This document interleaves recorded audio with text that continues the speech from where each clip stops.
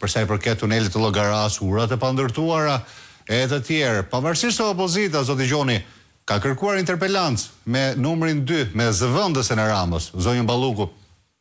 Nuk e merrni dot interpelancën tashmë as me ministra, jo më me kryeministrin. Çfarë po ndodh në kuvend, apo respektohet rregulloria e kuvendit dhe apo jepet llogari qytetarëve për paratë e vjedhura, të zhdukura, të denoncuara tashmë dhe të hetuara nga SPAK? Faleminderit në lidhje me pyetjen zoti Marku. Unë duke qenë se jam edhe deputet i ri dhe normalisht duke parë edhe eksperiencët më parë jo drejt për drejt në seancë plenare, por tani po e shoh që ky parlament ka humbur kuptimin, është kthyer në një garnizon ushtarak dhe parlamenti nuk mund të quhet më parlament. Për arsye shumë të thjeshtë, sepse aty shkohet vetëm për të votuar.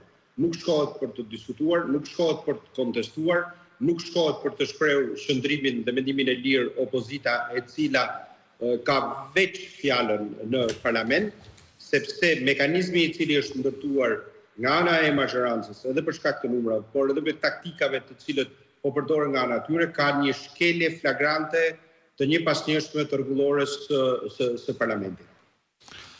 Duke qëndruar te kuvendi, ditën e djeshme nuk ju dha fjala opozitës për të folur në lidhje me paratë e zhdukura në tunelin e Llogaras, paratë të cilat tashmë po heton edhe nga SPAK-u, nuk është që e denoncon vetëm opozita.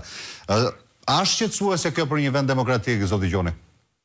Unë them që ky është shqetësimi më i madh për një vend demokratik dhe ashtu siç e kanë përmendur edhe politikanë të tjerë, por edhe unë me të drejtë kam thënë që shteti po rrshet dita ditës në një autokraci jashtëzakonisht shumë problematike. Dhe po ta shohim sot, mënyra e funksionimit të shtetit është problematike për arsye të situatës e cila është krijuar dhe padyshim, më fal edhe për shkak të lidhjes, ju kërkoj ndjes. Pa problem.